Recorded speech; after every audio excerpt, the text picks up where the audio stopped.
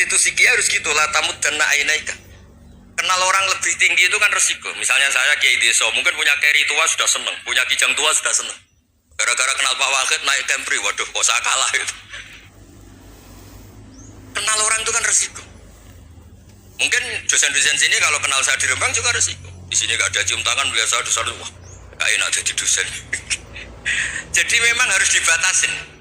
Sekiranya mungkin orang terus karena latamud dan wah ainaika ilam, kamu jangan sering melihat orang lain yang mungkin secara lahir dapat nikmat yang lebih tinggi dibanding Anda. Kalau kamu gak bisa ngelola hati Anda bisa hasut, Anda bisa dengki. Paling tidak Anda bisa ada syukur. Terus saya itu sering didolani pejabat. Juga sering melihat pejabat di TV-TV. Naik mobil aja ada yang naikkan. Bahkan kalau wudhu itu anduk aja ada yang bawa. Itu kalau yang gak kuat, wih naik jadi pejabat.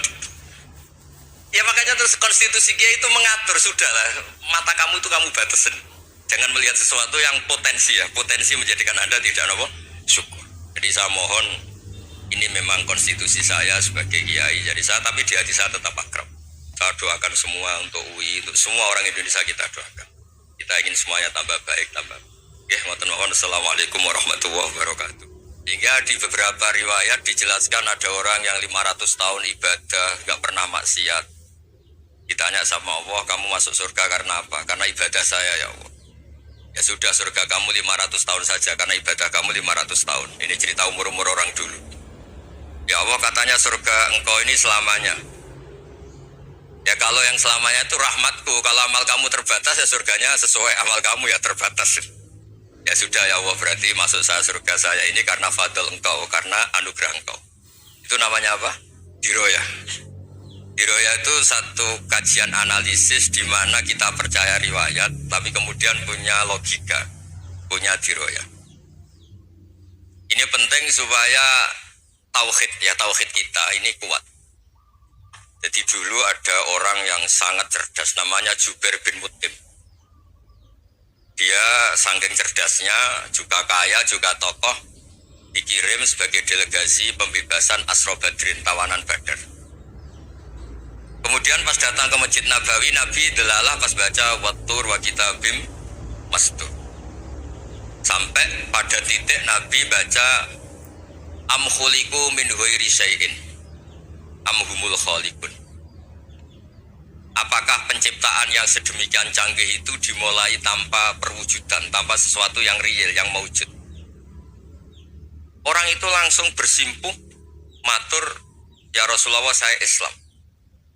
Kada qalbi yatir, hampir hati saya, otak saya, pikiran saya itu terbang. Karena logika yang dibangun ateisme misalnya, kalau alam raya ini dimulai dari nihilisme, berarti logikanya apa? Al-adamu yakhluqu maujudan. Alam raya ini kan maujud itu ada. Kalau yang lebih dulu itu ketiadaan, berarti ketiadaan menjadi sebab kewujudan. Kalau dalam bahasa Arab itu al-adamu yakhluqu maujudan, sesuatu yang harusnya nggak jadi faktor karena ketiadaan menjadi faktor sesuatu yang nyata. Itu kan nggak masuk akal. Ya kalau alam raya ini ada al-adam sing yasbiku maujudan, berarti alam raya ini al-adamu yakhluqu maujudan, sesuatu yang tidak ada menciptakan yang ada. Dengan logika itu terus kita ngaji, diajari sama guru-guru kita, sifat dasar Allah itu maujud. Allahu maujudun qadimun. Terus masuk. Yang harus distatuskan pertama dari Allah itu apa? Maujud, wujud. Karena dengan wujud ini layak menjadi penyebab adanya alam raya ini.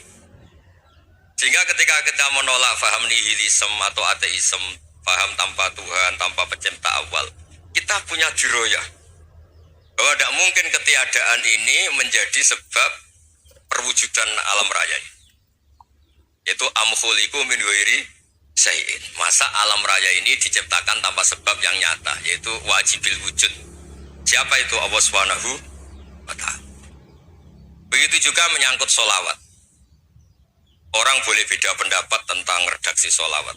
Ada yang sholli ala Muhammad, ala Sayyidina Muhammad, Nabi Muhammad. Monggo lah masalah redaksi saja. Tapi setelah dianalisis, Nabi itu Pak Rektor jadi Nabi setelah Nabi Isa saking dihormatinya sampai dituhankan. Juga jadi Nabi yang ada cerita masih hangat, orang Yahudi itu bunuh Nabi. Jadi yang satu mendudukkan Nabi sedemikian tinggi sampai kayak Tuhan, yang satu menjatuhkan Nabi sedemikian rendah sampai dibunuh. Kayak apa susahnya jadi Nabi Muhammad SAW. Kemudian dengan gampang Hadaddin agama ini bikin syariat yang bernama sholawat. Redaksinya monggo lah sesuai tradisi masing-masing. Allahumma sholli ala Muhammad, Allahumma sholli ala Sayyidina Muhammad, ala Nabiyina Muhammad, monggo lah. Tapi yang jelas redaksi ini kalau di diroyah dikaji, Allahumma itu Tuhan, Tuhan itu pemberi. Wa Muhammadun wa injalla qadruh abdun min ibadi. Muhammad apapun tinggi derajatnya tetap berstatus hamba. Sehingga agama ini terjaga oleh syihotus sholawat. Agama ini terjaga oleh redaksi sholawat. Yaitu Allah tetap pemberi sebagai Tuhan yang gak tersaingi, la syarikalah. Rasulullah Muhammad wa injalla qadruh, apapun prestasinya, bisa mi'raj, bisa apa saja, tetap seorang hamba yang butuh muhtajun ila rahmatih. Jika redaksi Allahumma sholli ala Muhammad ini mengukuhkan yang Tuhan tetap Tuhan, hamba pilihan tetap hamba pilihan. Tentu dengan redaksi ini kemudian kita mendudukkan Nabi benar-benar posisi terhormat. Yaitu orang yang paling berhak dapat askat tahiyat, mendapat penghormatan Allah paling tinggi, yaitu Rasulullah Muhammad SAW. Dan itu diulang-ulang oleh Allah. Subhanalladzi asra bi abdi. Status hamba ini diulang. Lagi-lagi ini bernama diroyah. Bernama apa? Contoh ketiga misalnya fihi ayatum bayinatum maqamu Ibrahim. Dulu orang Yahudi itu ada diskusi masif. Syaratnya Nabi itu mbah-mbahnya harus Nabi, harus keturunan Nabi. Kemudian semua Nabi rata-rata di Palestina, di Syam. Lalu Muhammadnya asal-usulnya dari mana? Tahu-tahu orang Arab kok Nabi, padahal orang Arab itu dulu jahiliyah. Alhasil terus diceritakan bukti Muhammad ini turunan Ibrahim adalah ada jejak kaki Nabi Ibrahim di dekat apa? Ka'bah. Fihi ayatum bayinatum maqamu Ibrahim. Kalau Nabi Ibrahim pernah di Mekah, artinya beliau pernah meninggalkan turunan yang di Mekah. Itu bernama Nabi Muhammadun sallallahu alaihi wasallam. Itu disebut fihi ayatum bayinatum maqamu Ibrahim. Nah, itu namanya diroyah. Diroyah itu satu perilaku keseharian kita beragama, kemudian tahu logikanya. Yang keempat misalnya, mangkana yu'minu billahi wal yaumil akhir falyukrim apa? Jaro. Orang yang iman karena Allah dan Rasul maka memuliakan tetangganya. Andaikan pakai hukum sosial, tentu kalau tetangga kita baik. Kalau kurang baik kok kurang pegawaian kan gitu. Tapi dulu itu pernah ada seorang ulama itu dibully ya, dikerjain sama anak muda tetangganya. Pak Kiai datang ke rumah saya, orang ini datang. Kemudian setelah di rumahnya, saya tidak jadi butuh sama Pak Kiai, silahkan pulang. Itu Kiainya senyum menikmati. Dan itu terulang 3 kali. Dibully seperti itu, dikerjain terulang 3 kali. Lalu tetap Kiainya tuh asik, seneng sekali. Lama-lama muda ini tanya, kenapa engkau tidak tersinggung? Padahal saya kerjain sampai 3 kali, tak undang, terus tak suruh pulang, tak undang, tak suruh pulang. Kata Kiai tadi, yang memerintahkan baik sama tetangga itu Allah. Jadi saya nikmati ketika bisa baik sama Anda. Tidak ada urusannya dengan perilaku Anda yang menolak saya. Nah itu terus kita tahu, memang motifnya kita baik sama tetangga karena iman sama Allah dan Rasul, bukan hukum kompensasi sosial. Jadi kalau mau diteruskan Pak Rektor, saya ngajar di sini ya karena perintah Allah, itu orang alim harus ngajar, bukan karena perintah Rektor. Kalau diteruskan, ya saya mohon juga gitu, para dosen, para karyawan di sini kalau nggak khianat dengan UI itu karena takut sama Allah, jangan takut sama Rektor. Kalau Anda baik juga karena Allah, jangan baik karena apa? Rektor. Bagaimanapun ya semua kita ini makhluk.